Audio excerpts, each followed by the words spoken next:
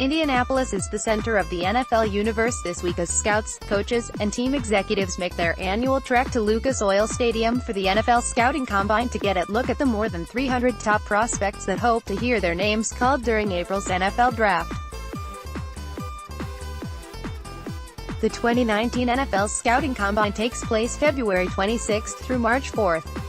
Think of it as one-stop shopping for NFL teams, as players can be compared side by side not only during on-field workouts, but also throughout the week during individual interviews as well as aptitude tests. For football-starved fans in the off-season, it's become must-see TV, especially this year with Heisman Trophy-winning quarterback Kyler Murray reneging on his commitment to play Major League Baseball and tossing his hat into the ring as a potential NFL franchise quarterback.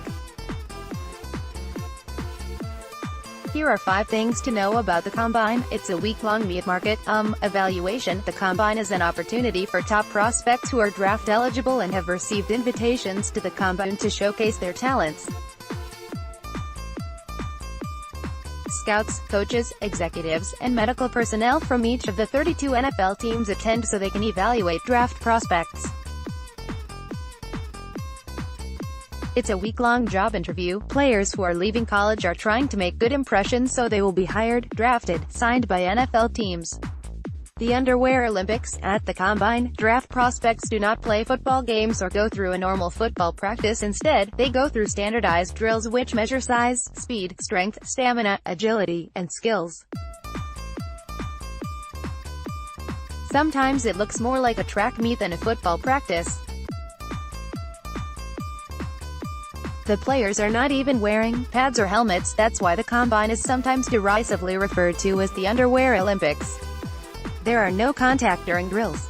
They are doing things such as the 40-yard dash and the broad jump as well as the vertical jump. The Combine also resembles a weightlifting contest because players' strength is measured through the bench press. How many times can a player bench 225 pounds? Other tests include the 20-yard shuttle, 60-yard shuttle, running laterally, stop and start, speed bursts, etc., as opposed to straight-ahead speed, and the 3-cone drill, running through cones, showing agility, burst, etc. There are also position-specific drills.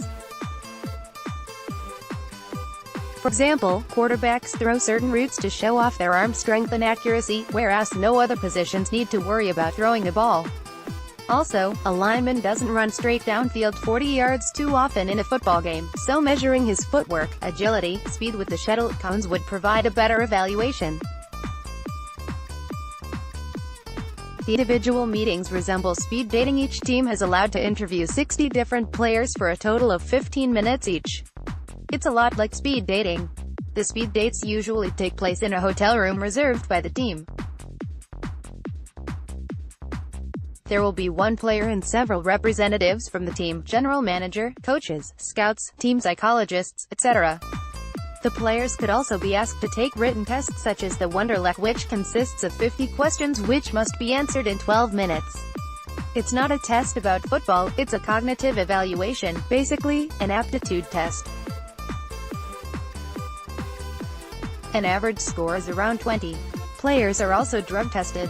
Some teams, including the Cowboys, do their own kind of testing that is more related to football. There's also a Cybex test, which is a fitness test, measuring joints, flexibility, etc.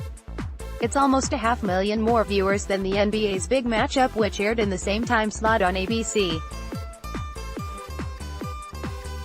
The AAF's highest ratings were in San Antonio, which boasts one of the AAF teams, the San Antonio Commanders. The Nielsen rating for the game in San Antonio was 6.8. Dallas, Fort Worth and Austin both earned a 3.0 rating. There are several names in the A-Team AAF that will be familiar to Cowboys fans. Former Cowboys fullback Darrell "Moose" Johnston is the general manager of the Commanders. Former Cowboys assistant coach Joe Baker is the Commanders' running game coordinator. Former Cowboys defensive end Jim Jeffcoat is the defensive line coach for the Orlando Apollos. Former Cowboys safety Dennis Thurman is the defensive coordinator for the Memphis Express. Former Cowboys assistant coach David Lee is the QB's coach for Memphis. Former Cowboys tight end Gavin Escobar plays for the San Diego Fleet, on the same team as former Cowboys defensive lineman DeMontre Moore. Former Cowboys kicker Nick Folk plays for the Arizona Hotshots. Former Cowboys free agent quarterback Dustin Vaughn plays for the Commanders. The NFL Combine has become must-see TV for football-starved fans. Football fans tune in throughout the entire week to get a sneak peek at the top prospects. It used to be just the NFL Network broadcasting the live drills and interviewing players and team executives, coaches, but now ABC is getting into the action and will carry Saturday's workouts with the quarterbacks live. Here's the broadcast schedule for the player workouts at the 2019 Combine. Friday, March 1st, NFL Network workouts, running backs, offensive linemen, special teams, 8 a.m. Saturday, March 2nd, ABC, 12 p.m. to 2 p.m. NFL Network starting at 9 a.m. Workouts, quarterbacks, wide receivers Sunday, March 3rd.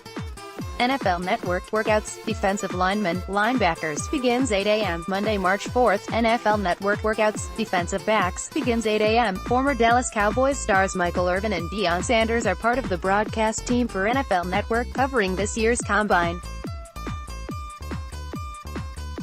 NFL.com will feature a 1-hour Combine wrap-up show, Friday through Monday. Other than the draft itself, the NFL Scouting Combine is the biggest media event of the offseason. But not all players take part in every drill. For example, you may hear about a top quarterback prospect who decides not to throw. Maybe he's had a recent arm injury, or he wants to wait to throw passes the following month during a pro day scouting event held at his college where he controls the setting and can throw to his own receivers that he played with during the football season.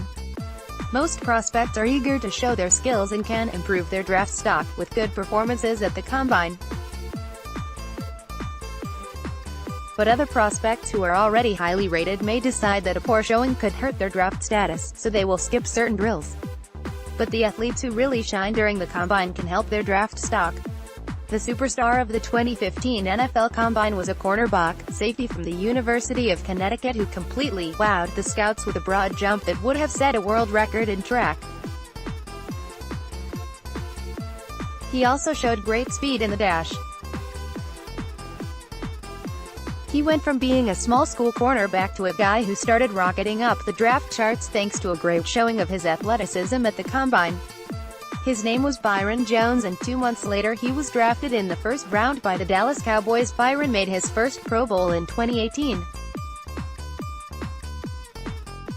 Gil Brandt, former Cowboys player personnel director, and Tex Schramm, former Cowboys president and general manager, should receive part of the credit for the NFL Combine. Many years ago, it was Cowboys team president, general manager Tex Schramm who made a proposal to the NFL Competition Committee for a centralized process to evaluate the top draft prospects. Before then, teams scouted players individually. Some teams also pooled resources with a few other franchises, sharing the costs of scouting with things like the National Invitational Camp, which was held in Tampa in 1982. But those types of camps were all merged to cut costs. They were combined into the NFL Combine. In 1987, the NFL Combine moved to its permanent home in Indianapolis in 1987. If you're watching the coverage this week, you'll see a lot from Gil Brandt, the former Cowboys scouting director and vice president of player personnel. Brandt will be inducted this summer into the Pro Football Hall of Fame because of his contributions he made to the league as a scout. He revolutionized scouting and he's still a go-to source as a trusted draft expert. Brandt has his fingerprints over so many of the scouting techniques you'll see this weekend associated with the Combine. He is a true pioneer when it comes to player evaluation.